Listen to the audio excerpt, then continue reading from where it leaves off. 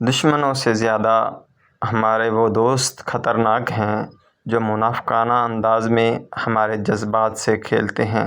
تربیت اچھی ہو تو دل کسی کو ذلیل کرنے کی اجازت نہیں دیتا۔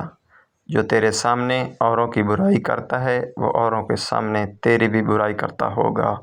کچھ عرصے کے لیے تم رابطے میں پہل کرنا چھوڑ دو، تم کو پتہ چل جائے گا تم کتنے مردہ پودے کو پانی دے رہے ہو۔ انسان کا دل توڑنے والا شخص اللہ کی تلاش نہیں کر سکتا۔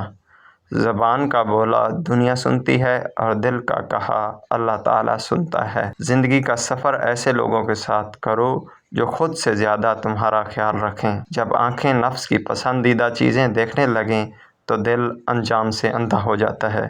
عزت سے بڑھ کر کچھ نہیں، اس لیے 2 دن کم جیو مگر سر اٹھا کر جیو۔ سب سے اعلیٰ درجے کی دولت زبان ذاکر، دل شاکر اور ظن فرما بردار ہو جائے۔ خوف خدا ایک ایسا چراغ ہے جس میں نیکی اور بدی صاف صاف نظر آتی ہے۔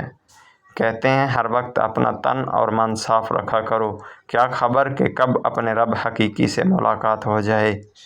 سر اور کردار ہمیشہ اونچا رکھو، اچھے اور برے دن آتے جاتے رہتے ہیں۔ وضو نوجوانوں کی طرح، نماز بوڑھوں کی طرح اور دعا بچوں کی طرح مانگو۔ اگر تمہیں زندگی کی حقیقت معلوم ہو جائے تو بے شک تم کوئی اور ساتھی نہ چنو سوائے اللہ کے اور اس کی محبت